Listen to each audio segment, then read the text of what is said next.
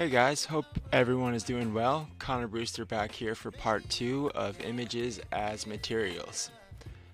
Today I'm just going to show you the basic settings, how to get into using images and the image materials by themselves, as well as combining them with the rest of the materials that we learned so far.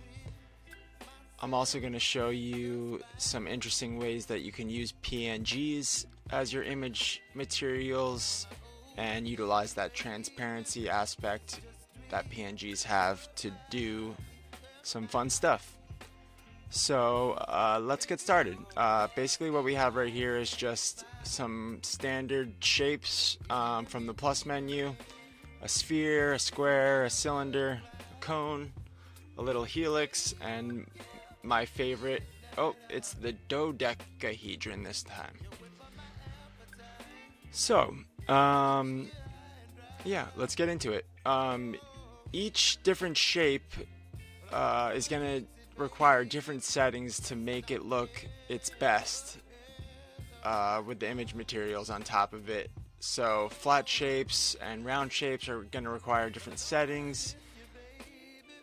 Then shapes that have both flat and round shapes, like the cylinder here or the cone, are going to require some tweaking and stuff like that. So I'm going to try and show you all the different settings, but the best way to learn is just to be messing around with these settings as much as possible.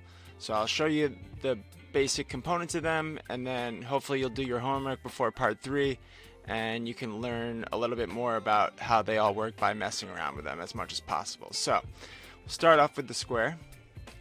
Add a new material and just click image. It's the top one.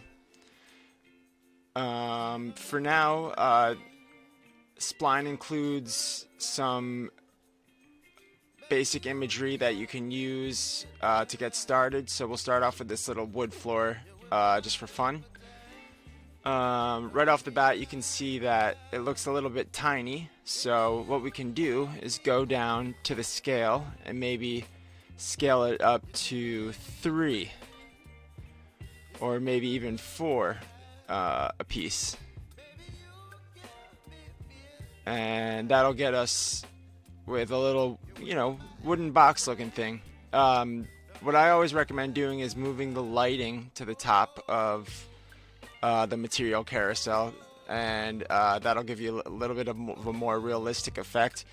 You can even go so far as messing around with physical lighting and changing the reflectivity and roughness based on the material that you're trying to replicate. So, like I said, this is one of those things that you're just going to want to mess around with a lot. So, next we have the sphere. So we're going to go add image again. And we'll add this little polka dot image, and as you can see, this UV projection looks pretty cool already, but you can mess around. This planar effect is gonna make it look good from certain angles on the X, Y, and Z.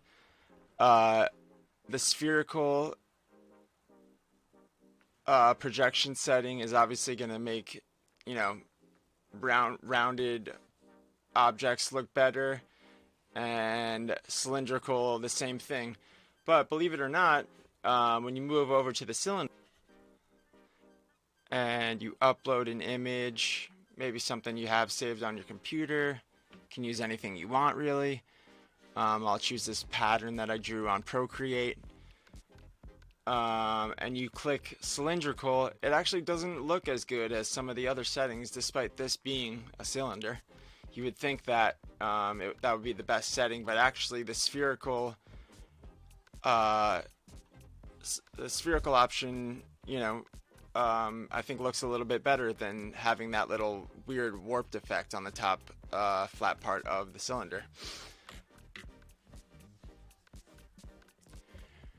Next we have this cone here. I'm going to use another image that I drew on Procreate, a little pattern, and apply it to the cone.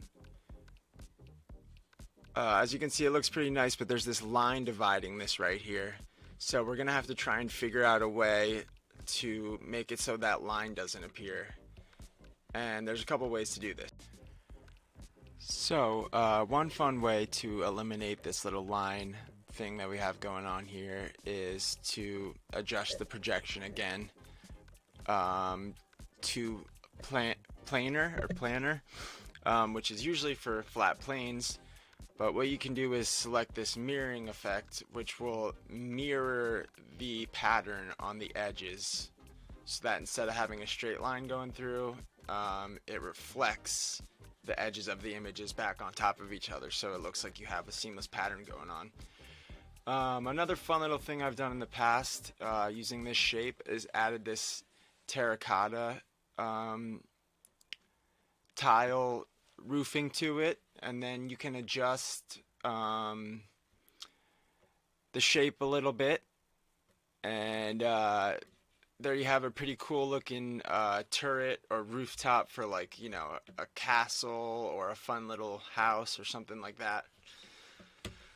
So you know, as you can see, these realistic looking effects can be a ton of fun, especially when you start messing around with the multipliers and the combinations of you know, stacking different materials on top of each other. Here's a cool example. I'll change this color here to blue, move the lighting up top, and then the blue will be underneath the image itself, black and white polka dots. When you multiply it, it'll put the blue as the white or lighter colors of the image, and when you screen it, it'll do the opposite and put the blue as the darker colors of the image. So that's just one basic simple way, using, you know, black and white images to combine with the colors underneath to make some fun unique patterns. You can even we haven't done this yet, but add a gradient with you know, some funky colors going on, have it change from blue to purple, and then you can put that gradient underneath the image itself and have the gradient look going on. But you know, that's for the future. We haven't started with the gradients yet. So here's another one. We got the helix going on, another really weird shape. We'll add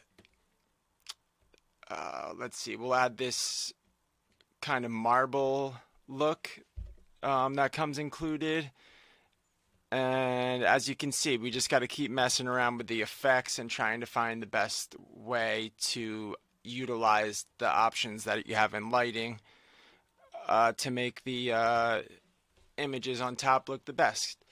So there you have it. This is, like, you know, basic 101 on how to use images to cover your objects in Spline. They added this AI button recently, which isn't, you know, fully fledged. I would recommend using another AI, you know, tool on the internet to get your images. But let's just say you want yellow polka dots.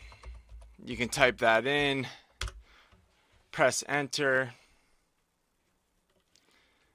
and there we got some flowers effect, and you can just keep clicking this AI button. That's a cool little African kind of style, and just keep messing around with it, and you might come up with some cool images. I think they're going to be developing this AI feature further in the future, so that should be a lot of fun. But for now, that's how it works. Yeah, and so that's the basics of how to add images and mess around with them a little bit.